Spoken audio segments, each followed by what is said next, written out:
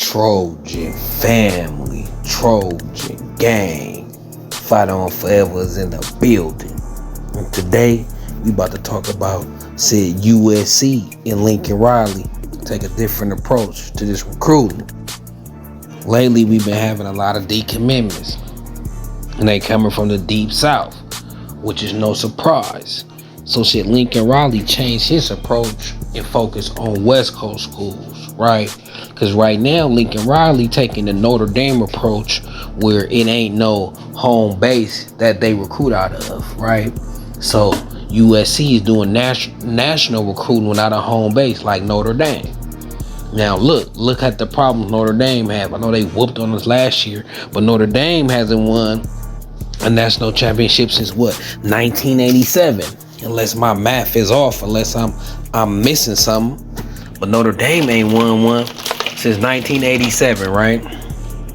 So should USC change their approach with recruiting? We getting a lot of decommitments from kids in the deep south, and I think USC most definitely should change its approach to recruiting, because every recruit we recruit down south and from another area, we losing the home field advantage. So we gonna have distance against us, right? We losing when it comes to the parents. Some parents, right? Some parents ain't gonna want their kids that far from them. They gonna want their kids to play at home. And then we losing because a lot of these kids in the South, they probably grew up dreaming to play for an SEC school, right? So we going against all logic. We making kids choose to leave they fandom. More than likely they a fan of some team down south, right? We putting them against all the peer pressure they gonna face locally from their local news and media and people pressuring them to stay home. Then the distance factor, and then the factor that we ain't been a winning program lately, right? So when we choosing to go after these Southern kids, especially the highly ranked Southern kids that it's gonna be bidding wars for, number one, we ain't gonna be the top bidder, so we going against that. Ohio State, them SEC schools, Oregon, they all can outbid us. That's number one. Number two, we fighting against recent non-success, right? That's number two. Number three, we fighting against distance, right? Number four, we fighting against a tradition that they grew off of, right? The playing in the SEC, the Florida, Georgia, having childhood favorites for team in that area. So we finna have to flip kids to not go to their childhood dream school. We gonna have to flip kids and convince kids not to play at home and to play away from home, and convince kids to be part of a program that's rebuilding instead of a program that's already rock solid. For Georgia, for instance, in the Florida area, we got 2 Georgia decommits, and now we got a Florida decommit. Now let's examine that, right? Let's examine that.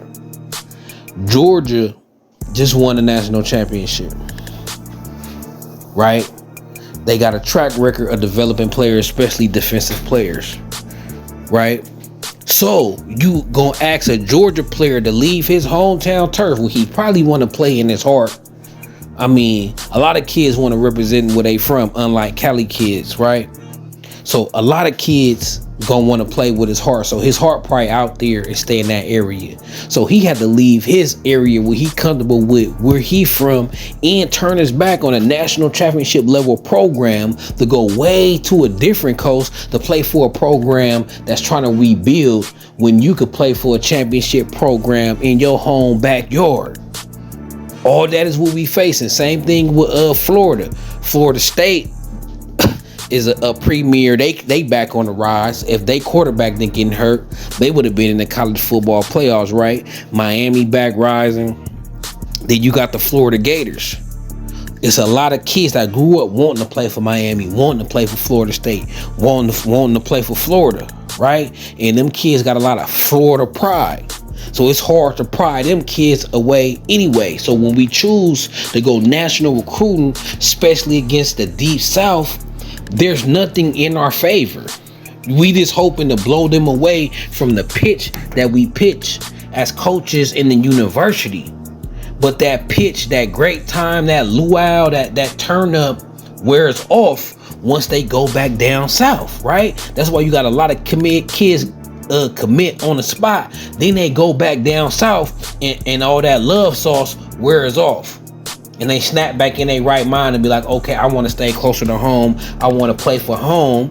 And if I play for home, I ain't gonna have nobody in my ear, I ain't gonna disappoint nobody, and the home team is pretty good. Like Georgia do pretty good, right? Florida State do pretty good. So it's like I might as well stay home and play for a national contender than go way to the West Coast and try to build something new, right? So it take a special kind of kid in a special kind of university to get a kid to flip. Now USC is a special university, but it take a special kind of kid to turn all that away, representing from home, playing for a national championship contender now at home, to come way to the West Coast somewhere you ain't from. And then when you put NIL on top of that, and when you add, I can make more money staying home too. It's a miracle that we got Juju Lewis. The reason we got Juju Lewis is because he's so focused on going to the NFL, and he's smart. He want the best quarterback talent. He want to be developed by the best, right? If Lincoln Riley was at OU, that's what Juju is going. Juju is not coming to USC for USC. He's not coming for the tradition. He's not coming for the prestige. He's not coming for the program. He's not coming for LA. He's not coming for California. He's coming for the development of Lincoln Riley, right? That's it. That's all. He's not choosing SC for nothing that got to do with SC. He is choosing Lincoln Riley because he's a quarterback, right? So these other kids, we at an extreme disadvantage of this off top. So just imagine how hard it was when USC was in their heyday, right? With Pete Carroll, and Reggie Bush, that regime. You know how hard it was for, just like Urban Meyer said, I think in 2007, he said, we didn't even waste time recruiting Southern California kids. We knew they was going to SC, right? So it's the same thing with us trying to recruit Georgia kids. Why these kids is gonna leave home base when home base gonna give them more money, right? Their dollars are gonna take them further in Georgia, and they playing for a national championship team. That's a lot to ask a kid to pass up on. And then especially when we ain't gonna give them more bread. The only way they gonna pass up on that if it's more bread, and they feel like this development is gonna be head and shoulders above the development of they home school. But if you ain't no quarterback and you a defensive lineman, offensive lineman, you gonna think you gonna get just as good or better development playing for the home team. You know what I'm saying? So we putting ourselves against all odds with every recruit, right? We putting ourselves against all odds. Like, we gotta recruit, we gotta have some home field advantage, we gotta have some recruits that's in our favor. If they don't get lost up in the USC love fest, they ain't gonna commit. And then if they do commit, it might be only temporary when they go back home and go back down south. Now SC need to focus on Cali kids. They say this is a down year in Cali, and Cali don't got that much talent. Trust me, y'all, that's overrated, bro. I've been looking. That's overrated. It's just that they rate our talent, a lot of our talent, as 3 stars, right?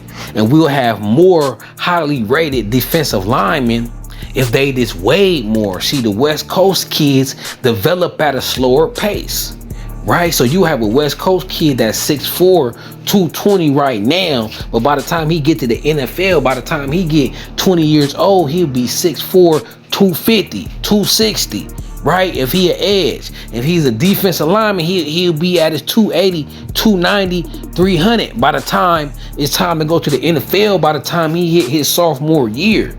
These Southern kids, they develop faster. These Southern kids, they'll be already 6'3" with the requisite weight for their position, so they'll get ranked higher. For instance, Isaiah Gibson is 6'4", 250, right?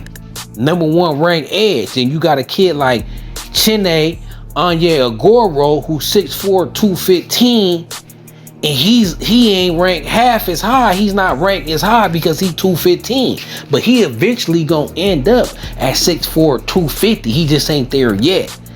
right? So the kids that get the 5 stars, they already mature physically. Every 5-star you see, none of them is undersized. All of them is already the requisite weight that it need to be to play, right? You ain't gonna see no 5 stars that's underweight for his position. All the 5 stars already got the weight and they already developed enough, at least on paper, to play right now. You ain't gonna see no 5-star edge that's 6'4", 215. He can have 100 sacks, and you'll have a edge that's 6'4", 250, and he got 10 sacks, but he'll be rated higher because he look more college ready, right?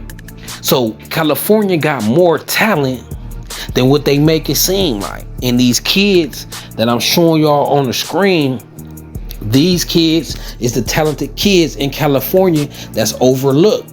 And all of them is not overlooked. Now, I'm not gonna say Lincoln Riley didn't offer none of these kids, but I don't feel like an offer, anybody can send a letter and offer you and give you a phone call, but actually pursuing a kid and making a kid feel like a priority is the difference. I know some recruits that say the schools that want them call them every day, gets on their nerves, but it's a good thing. And get on their nerves, but it's a good thing at the same time to feel wanted, right? I don't think USC is calling these Southern California kids every day, getting on their nerves, making them a priority. Now, up for you, I feel like Dejon Lee, they was on him. He didn't want it. I can't be mad at them from him not wanting to come. Nor Michael. I feel like they put the full court press on him. He didn't want it. And it's been players in the past like Peyton Williard. They brought Troy Polamalu for him. He still didn't want it. But it's them kids at the top, the select kids at the top of the class. They ain't looking at the underrated kids, and even kids like Josiah Sharma. This kid about to make a commitment, and USC ain't even in his top 4, and he's a 6'3", 320 kid. How USC ain't been putting the full press on him since day one. They should have been recruiting him last year. And we finna lose him to Alabama or Washington, somebody that's gonna be competition, right? Then you got Tyler Parker. Tyler Parker been known since he was 14. Now Tyler Parker, one of them kids that do got the Southern build. He was 14 years old, 260, 270. Now he's 6'1", 300, right? Bowling pin in the middle. USC's not even in the running for him. I feel like they're not putting their foot forward with him. So it's a lot of players like Sharma and Parker that's actually ballers, but don't get the full court press from USC. Then I checked their offer list. They got the likes of Alabama, like a lot of California 3 stars, a lot of California defensive linemen that's underrated or you don't hear about in the USC circles. These other schools, these SEC schools and Big Ten schools is recruiting them. Like these other schools ain't sleeping on the California talent. If California talent was so down, even in the trenches, why all the top California? I've been looking. Because I've been searching, excuse me, I've been searching high and low for defensive linemen too. And I done found a few in California, right? And most 90% out of the California defensive linemen got SEC offers as well. They got SEC offers. So if a lot of these California D-line kids is good enough for SEC schools, why they ain't good enough for USC to put the full court press on, right?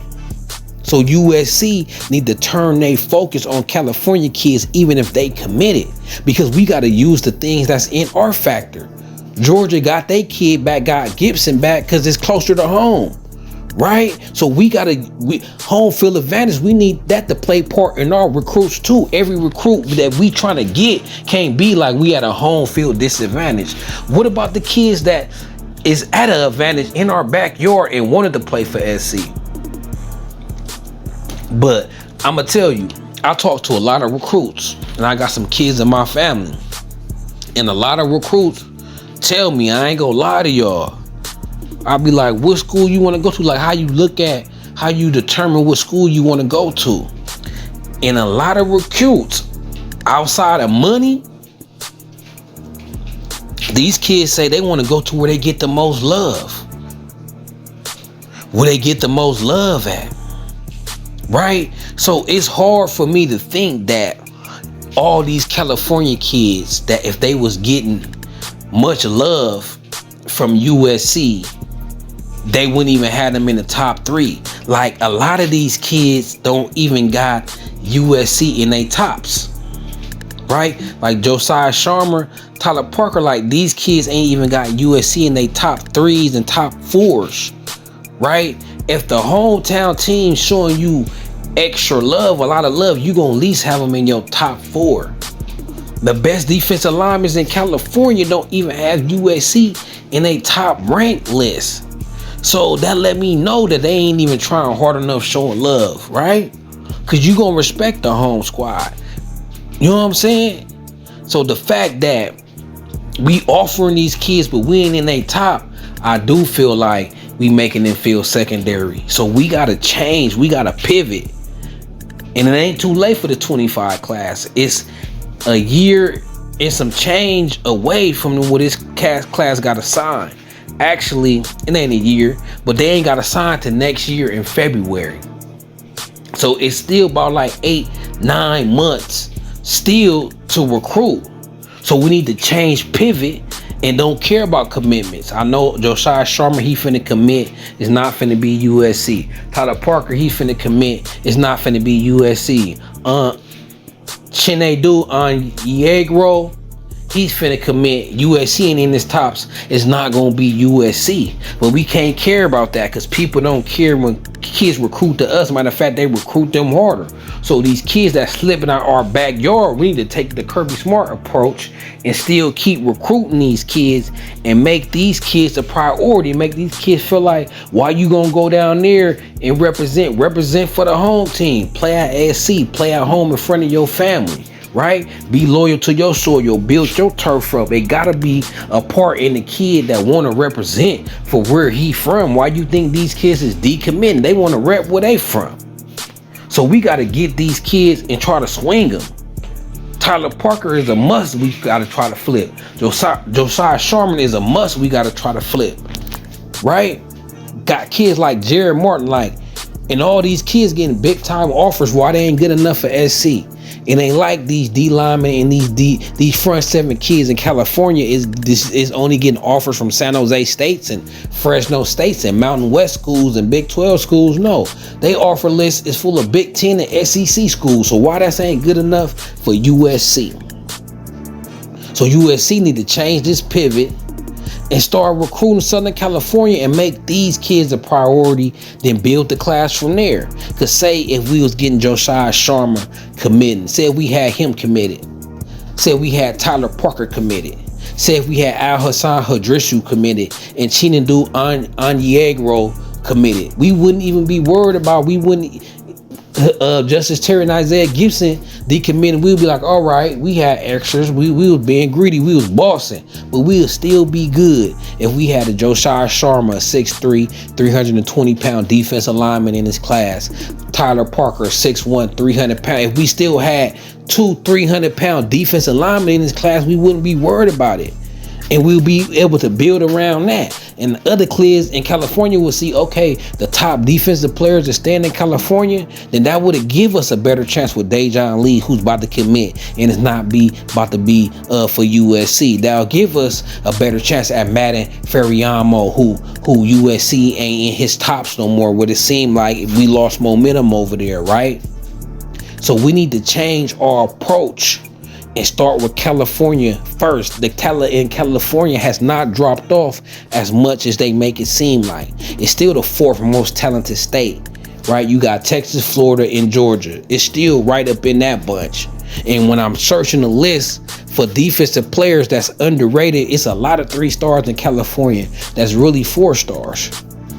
And they only rated 3-star because they ain't physically developed all the way yet, like them Southern players. So we still got the talent. Our 3 stars out here is going to be 4 stars by the time they freshmen and sophomores in college, right? So Lincoln Riley, turn the focus. And that is California. That ain't even the Arizona kids and the Nevada kids, right? And the Washington kids, right? We need to focus on them too. All the West Coast kids, all the sleepers, we need to grab them kids and show them kids priority, because we got a better chance of retaining. We got a better chance of keeping that, because all it's doing now, getting all these Southern kids that's decommitting and just make it look bad for us for the optics. That's all it's doing, is making it look bad for us for the optics. So let's focus on these West Coast kids, because it's more likely we gonna keep the commitment. We ain't gotta fight, oh, you gotta be away from mama. A lot of these kids are still in their mama titty, right? A lot of these kids still in their mama titty. So we gotta use mama titty to our advantage instead of always going against mama's titties. You feel me? It's hard to go against mama's titties. So we need to put that to our advantage and start recruiting these hometown kids. And if we feel like we got the best coaching staff, we should feel like we should be able to develop these kids to be the stars that they getting underrated. These 3 stars, like I say, like Chinadu, Parker, a lot of these 3 stars, they should feel like, oh, these is 4 stars. Definitely once we put the weight on them and once we get a hold of them coaching. You feel me? But they want to go big game hunting. See, they still think that USC name hold weight for this generation. It don't, especially not down south. And it's money. So we putting ourselves against money and location and mama's titty. We gonna lose most of the time. We're gonna lose most of the time. So why focus on recruiting all of these kids, and the majority of them we probably gonna lose? I would say we'll be 50-50 if we had our money right, but the fact that we don't got our money right, we're gonna lose the majority of these kids. Because what kid is gonna leave away from home with less money for less dough? Like, come on now. Like, we gotta humble ourselves. And if USC humbles themselves, right? If USC humble themselves, then we can get a great class and get more of these California kids. But Lincoln Riley and the coaching staff thinking that USC name is gonna carry, and it's not. It's not. Not against money, location, and mama's titty. So until then, man, it's Carter Sports, it's Trojan City, it's SC. So let's go.